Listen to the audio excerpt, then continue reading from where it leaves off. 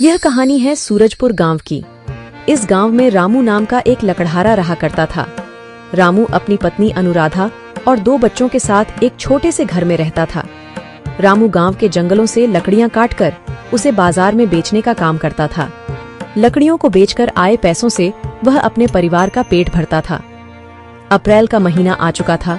गर्मी अपनी चरम सीमा पर पहुंच चुकी थी। घर से बाहर निकलते ही ऐसा लगता था जैसे आग की भट्टी जल रही हो। सूरजपुर गांव में यूं तो अक्सर गर्मी के समय तापमान 40 डिग्री तक चला जाता था, मगर इस बार तापमान बहुत ज्यादा बढ़ गया था। गर्मी से लोगों का बुरा हाल था। दिन हो या रात हो, लोग गर्मी से बेहाल थे।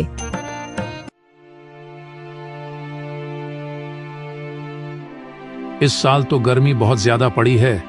इस गर्मी में तो काम करना बहुत कठिन हो गया है। इतनी कड़ी धूप में बाहर निकलो तो ऐसा लगता है जैसे यह शरीर किसी आग की भट्टी में तप रहा हो।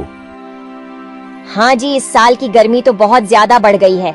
हमसे अच्छे तो उन शहर वालों की किस्मत है जो गर्मी में भी दिन भर एसी में बैठे रहते हैं और ठंडी ठंडी हवा का मजा लेते हैं। और एक हम गरीब, सारी दुख परेशानी हम गरीबों के ही नसीब में आती है। न जाने पिछले जन्म में कौन सा बुरा कर्म किया था जो इस जन्म में भगवान ने हमें इतना गरीब बनाया है कि इतनी सड़ी गर्मी में हम एक कूलर तक नहीं खरीद सकते।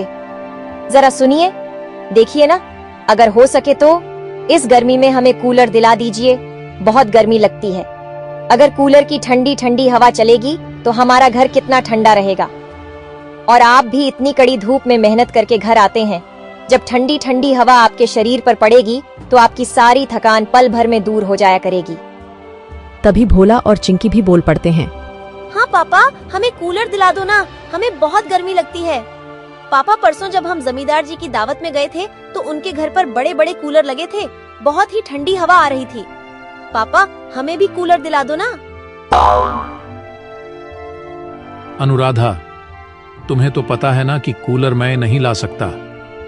कूलर बहुत महंगा आता होगा और हमारे गांव में तो कूलर केवल जमींदार जी के पास और गांव में रहने वाले कुछ अमीर लोगों के पास ही है।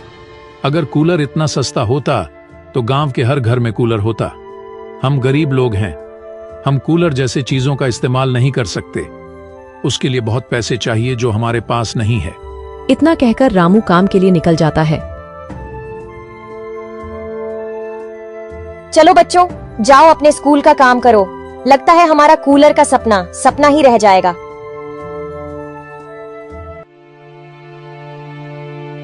हे भगवान, क्या करूं? अनुराधा और बच्चे कूलर की मांग कर रहे हैं। मैं उनकी यह इच्छा पूरा करना चाहता हूं, मगर इतने पैसे नहीं हैं कि मैं उनके लिए कूलर खरीद सकूं। लकड़ियों को बेचकर जितने पैसे आते हैं उसमें तो मुश्किल से खाने पीने का हो पता है, तो ऐसे में कूलर के लिए पैसे कहां से आएंगे? आज घर जाते वक्त एक बार कूलर की दुकान पर जाकर उसका दाम पूछ कर आऊंगा। लकड़ियां काटने के बाद रामू घर जाते वक्त एक कूलर की दुकान पर जाता है।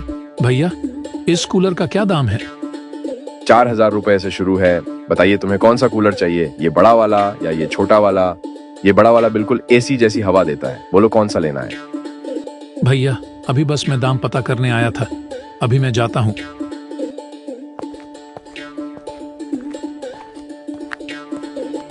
हे भगवान, 4000 रुपए, इतने पैसे तो नहीं है मेरे पास। रामू घर को निकल पड़ता है। तभी रास्ते में उसे एक भंगार की दुकान दिखती है जहां पर एक पुराना कूलर पड़ा था। रामू उस दुकान पर जाता है और दुकान के मालिक से पूछता है, भैया, यह कूलर चलता है क्या? हाँ भैया, बिल्कुल चलता है। एकदम चलता हुआ कूलर है। मात्र 1000 रुपए का। 1000 दो और कूलर ले जाओ। भैया, कुछ कम हो सकता है क्या? नहीं नहीं, 1000 में ही मिलेगा। इससे कम नहीं दे पाऊंगा। अगर लेना है तो पूरे 1000 देने होंगे। 1000 रुपए तो नहीं है मेरे पास, क्या करूं? कुछ देर सोचने के बाद रामू का ध्यान गांव के जमींदार पर जाता है जो गांव के जरूरतमंद लोगों को पैसे उधार देते था। एक काम करता हूं, जमींदार जी से 1000 रुपए उधार ले लेता हूं और इस बार ज्यादा लकड़ियां काटकर बाजार में बेचूंगा और जो पैसे मिलेंगे उनसे मैं जमींदार जी के पैसे वापस कर दूंगा। हाँ, यही सही रहेगा। मुझे जमींदार जी के पास जाना चाहिए। वह भले इंसान है, वह जरूर मेरी मदद करेंगे। रामू जमींदार के पास जाता है और उससे 1000 रुपए उधार मांगने की बात करता है। जमींदार उसको उधार देने के लिए राजी हो जाता है। ठीक है रामू, यह लो 1000 रुपए, पर जैसा तुमने कहा है कि तुम 1 महीने के बाद यह पैसे वापस कर दोगे, तो मुझे समय पर लौटा देना। मुझे और लोगों को भी पैसे उधार देने होते हैं। ठीक है जमींदार साहब जी, मैं आपको महीने की आखिरी तारीख को यह पैसे लौटा दूंगा। पर जमींदार जी, मुझे इसका कितना ब्याज देना होगा?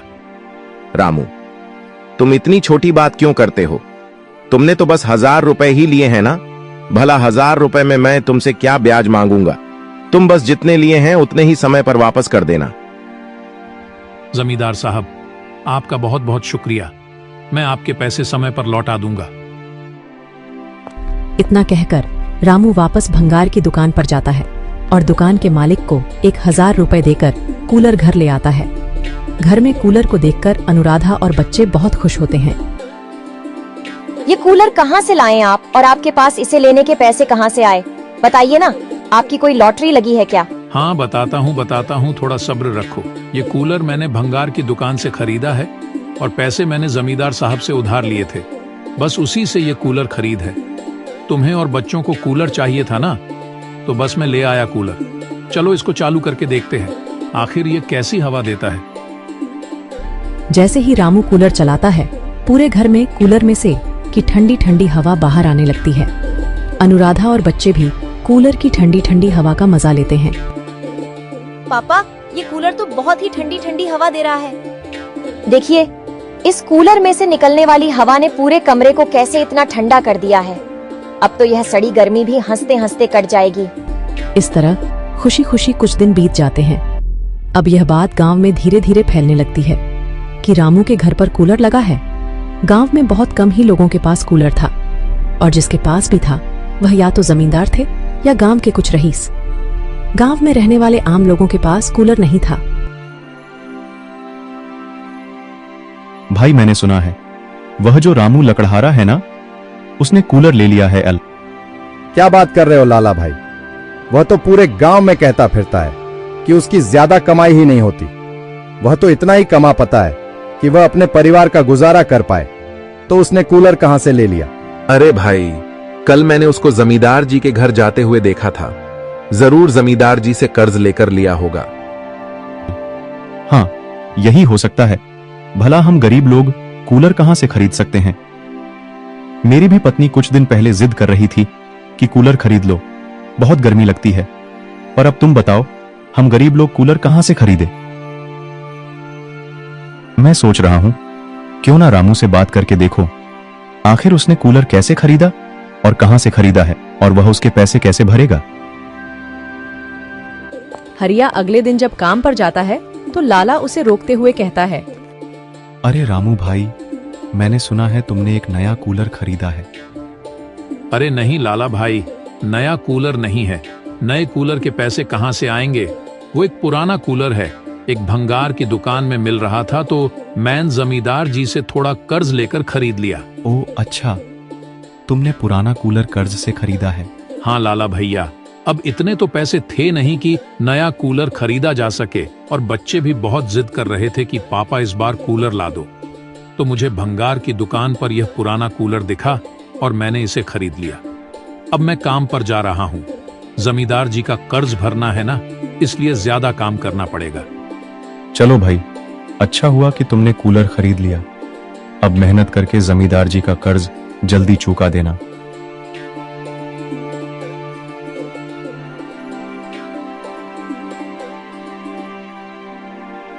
हाँ भाइयों, मैंने रामू से बात किया था। वह एक पुराना कूलर है जो उसने कर्ज पर लिया है, जिसके लिए अब रामू को ज्यादा मेहनत से काम करना पड़ता है ताकि वह जल्द से जल्द जमींदार का कर्ज चुका सके।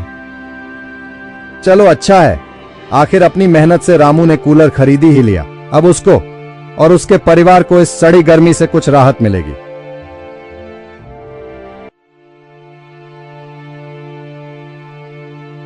अजी सुनते हो, सारे मेहमान घर पर आ चुके हैं और तुम्हें पता है ना बाहर कितनी गर्मी है। इतने सारे लोग के होने की वजह से घर में गर्मी और बढ़ गई है।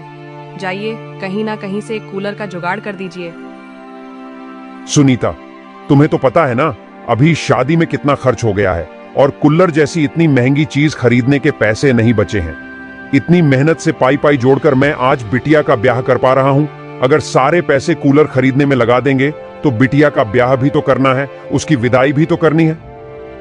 मैं यह सब कुछ नहीं जानती, आप बस कहीं से एक कूलर ले आइए। बिटिया के ससुराल वाले भी आते ही होंगे, वह देखेंगे कि इनके घर में एक कूलर तक नहीं है तो वह क्या सोचेंगे हमारे बारे में। जी आप बस कहीं ना कहीं से एक कूलर का जुगाड़ कर दीजिए। तभी दयानंद का ध्यान गांव वाले लोगों पर जाता है। भाई मैंने सुना है वह जो रामू लकड़हारा है ना, उसने कूलर ले लिया है अल। मैं रामू से बात करके देखता हूं, क्या पता वो मुझे कुछ दिन के लिए कूलर किराए पर देने को राजी हो जाए। ठीक है सुनीता, तुम सारे मेहमानों को संभालो, मैं कूलर का जुगाड़ करता हूं। रामू के घर पर गांव का एक व्यक्ति आता है। रामू, तुमसे कुछ काम था। बोलो दयानंद, क्या काम है तुम्हें? रामू, क्या तुम कुछ दिन के लिए मुझे कूलर अपना किराए पर दे सकते हो? मैं तुम्हें प्रतिदिन के हिसाब से पैसे दे दूंगा। वह मेरी बिटिया का ब्याह है ना, तो बहुत सारे लोग घर पर आए हुए हैं, और तुम्हें तो पता है ना कि गर्मी कितनी बढ़ गई है, तो इसलिए कुछ दिन के लिए कूलर तुमसे किराए पर चाहिए था। दयानंद, तुम्हें तो पता है ना मेरे घर पर एक ही कूलर है। अगर मैं ये तुम्हें दे दूंगा तो मेरे घर वाले कूलर की हवा कैसे खाएंगे? तभी अनुराधा के मन में एक विचार आता है और वह दयानंद से कहती है, हाँ ठीक है दयानंद, हम आपको कुछ दिन के लिए कूलर दे देंगे, लेकिन आपको प्रतिदिन के हिसाब से 20 रुपए देना होगा, जितने दिन तक आप कूलर रखेंगे। दयानंद अनुराधा की बात से सहमत हो जाता है और वह कूलर ले जाता है। जी, मेरे दिमाग में एक विचार आया है, क्यों ना हम कूलर किराए पर दिया करें, क्योंकि गांव में बहुत सारे लोग हैं जिन्हें गांव के छोटे मोटे समारोह के लिए कूलर की जरूरत तो पड़ेगी ही, तो क्यों ना हम अपने कूलर को किराए पर देने का काम शुरू करें। इससे हमारी कमाई का एक जरिया भी बन जाएगा। बात तो तुम ठीक कह रही हो अनुराधा, पर हमारे पास तो एक ही कूलर है। अगर वह तुम गांव गांव में भेजती फिरोगी तो तुम हवा कैसे खाओगी? आखिर यह कूलर तो मैं तुम्हारे और बच्चों के हवा खाने के लिए लाया था। अजी कुछ दिन की तो बात है, जब कूलर को उधार पर देंगे तो